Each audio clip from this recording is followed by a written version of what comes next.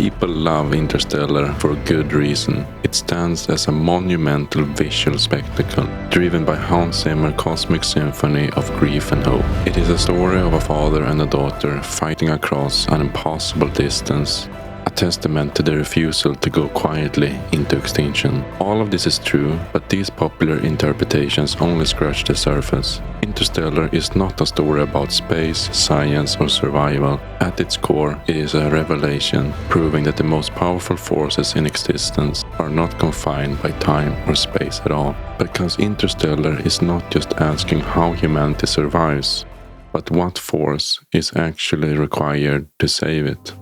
Operating on a massive cosmic scale, the film remains an intensely intimate story. On a dying Earth, a global blight chokes the atmosphere, burying civilization under a blanket of dust as humanity's clock runs out. To find an escape, a father leaves his children behind to search the stars, leaving a daughter to grow up believing she was abandoned. As Cooper navigates the cosmos, linear time becomes his prison. He loses decades in a matter of hours. You once told me that when you came back we might be the same age. And today I'm the age you were when you left. Distance becomes an unbridgeable gulf, yet across a multi-dimensional separation, love and sacrifice become the bridge that saves them. For all its scale, Interstellar's grandest story was never the survival of a species. It was always the bond between a father and his child.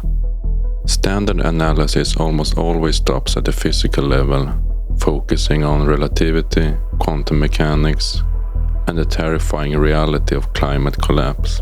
And those themes absolutely matter. The film serves as a brilliant pushback against modern cynicism, celebrating human ingenuity and grit. Yet this materialist lens is precisely why one of the film's most pivotal moments is so heavily criticized: Amelia Brand's speech about love. Love isn't something we invented. It's observable, powerful. Love is the one thing we're capable of perceiving that transcends dimensions of time and space. Upon release, critics hammered this scene as a sentimental jarring clash of tones. They argued the film committed a cardinal sin, building its reputation on strict scientific realism, only to pivot and treat a human emotion like a literal universal force. But that friction is exactly the point. Science can explain the mechanics of survival, human will can explain the effort, but neither can answer the ultimate question. Not how do we fix the equations, but why are we worth saving? Critics stumbled over Brand's speech because they wanted the story safely confined within the rules of hard science. But Interstellar warns us that the moment you look past the mathematical equations, you realize that the answer we need are not found inside the physical universe at all. To understand why the critics stumbled over Brand's speech, we have to look closer at the true enemy of the film. Christopher Nolan famously stated that the real antagonist of Interstellar isn't an alien force or a cosmic anomaly, it's time itself. But to truly understand what the film is doing, we have to look to the ancient Greek language, which used two entirely different words to describe time. The first is Chronos. Chronos is sequential, linear, chronological time. It is the unforgiving ticking of the clock, the turning of the calendar, and the aging of the human body. And according to the narrative of the film, ever since humanity began to face extinction, they have been entirely enslaved to Chronos. Under the reign of Chronos, time acts as a brutal, unrelenting curse. It is a one-way street leading inevitably to decay, dust, and permanent separation. On Miller's planet, Nolan makes the horror of Chronos terrifyingly literal. Because of gravitational physics, a single hour spent searching on that ocean well costs 7 full years of life back home on Earth. It is one of the most devastating scenes in modern cinema. Cooper is trapped in a physical universe where Chronos is aggressively stealing his children's childhood while he watches helplessly. Humanity is completely bound by the clock. We cannot pause it, we cannot reverse it, and we cannot calculate our way out of it. But there's a secret definition of time, one that Chronos has no power to touch. Before Cooper leaves Earth, the film drops a subtle clue that the universe is not just a cold machine counting down to extinction. It happens during a quiet conversation about Murphy's Law. Why did you and Mom name me after something that's bad? Well, we didn't. Murphy's Law? To the rest of the world, Murphy's Law is a cynical, pessimistic curse. It means anything that can go wrong will go wrong. It is the ultimate anthem of a dying world waiting to choke on its own dust. But Cooper completely reframes it for his daughter. He tells her, Murphy's Law doesn't mean that something bad will happen. What it means is that whatever can happen will happen. With that one line, the script subtly shifts the entire framework of the universe. It moves us away from a cold, random fatalism and opens the door to potentiality, to grace. Murph's very name begins as a source of childhood frustration and fear. She feels marked by a curse, but as the story unfolds, she becomes the literal vessel through which the salvation of the human race enters history. What looked like a random curse becomes a holy calling. If this pattern sounds familiar, it is because it's a design as old as human history. Throughout ancient scripture, we see this exact transformation repeat itself. What appears broken, cursed, or insignificant is turned upside down. Abram becomes Abraham, Jacob becomes Israel, Saul becomes Paul. The film is subtly moving the audience away from the cold mechanics of a random universe and guiding us towards the architecture of providence. Because what looks like a series of tragic accidents under the rule of Chronos may actually be an invitation into something higher. This shift towards providence brings us right back to one scene the critics hated the most, Amelia Brand's speech about love. When the mission is facing a critical crossroads, she pleads with the crew to follow her to Edmund's planet, and her reason sounds entirely unscientific. She argues that love isn't just a psychological utility, not just a social mechanism meant to keep human beings cooperating. She suggests it is an observable dimension, a force capable of transcending the physical limitations of time and space. To her crew, it sounds like irrational nonsense, and if you approach the film strictly from the rules of hard science fiction, it is nonsense. But as the story unfolds, the narrative architecture of the film structurally proves that Amelia was right. She was just missing the vocabulary to name the source. In the first epistle of John, it is written, "We love because he first loved us." Amelia is intuiting a profound truth, but she's looking at it through a limited lens. Love has the unique power to cross cosmic dimensions because its ultimate origin is not material. It doesn't belong to the physical vacuum of space.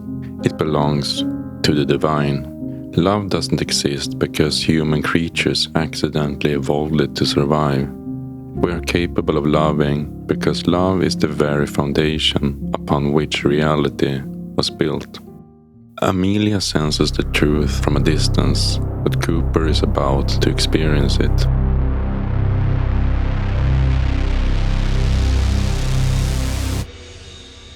Cooper represents the absolute pinnacle of human will. He is an explorer who refuses to accept extinction. He fights against the dust, against the equations, against the crushing weight of Chronos. But his final move isn't a calculation, it's a sacrifice. To give his crew a chance to reach the final planet and to give his daughter a chance at survival on Earth, Cooper executes an act of total self-sacrifice.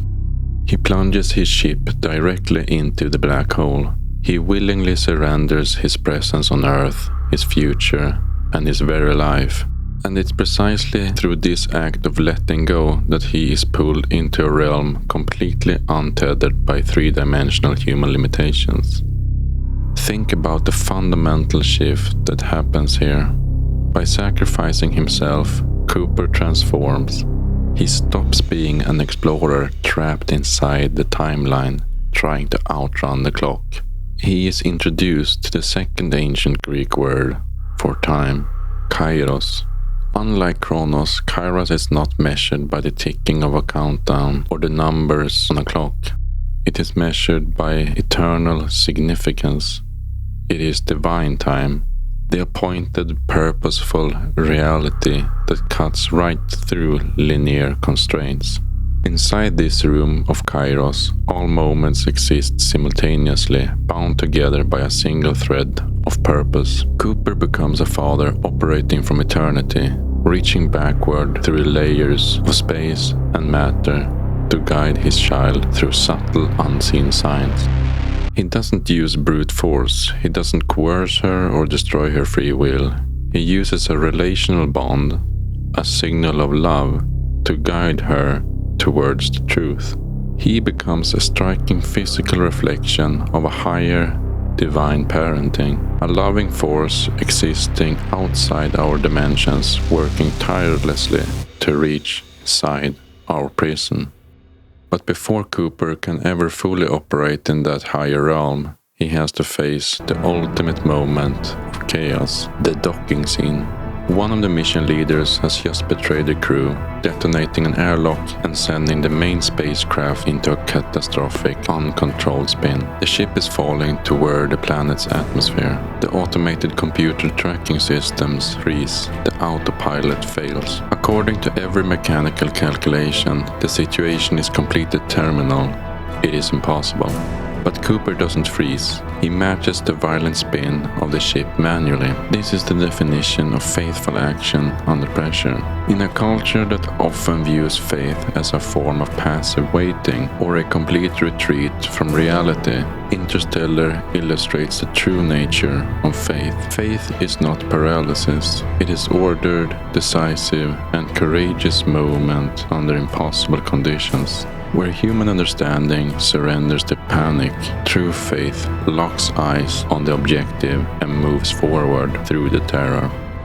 And it is that exact act of courageous surrender that leads Cooper straight into the eternal design. Back in the prison of linear time, young Murph stands before her bookshelf in tears. She looks at the silent wall of old books and falling dust, seeing nothing but randomness, neglect, and total abandonment. She thinks her father is gone forever. This structural tension mirrors one of the most unique narratives in human history. In the entire canonical Old Testament, the book of Esther stands completely alone. It is the only book in the entire Bible where the name of God is never mentioned once. On its surface, it reads like a secular story of political survival, human luck, and a series of wild coincidences. Yet the entire theological weight of the text rests on what is completely invisible, divine providence. God doesn't need to shout from a burning bush to be actively orchestrating salvation through the background of history. The Tesseract is Christopher Nolan's visual manifestation of the Book of Esther operating inside Kairos. Murph looks at her bedroom floor and sees only grief and the cruel passage of Chronos. She cannot see that just beyond the boundary of her physical perception, a father's love is meticulously arranging the coordinates of her salvation.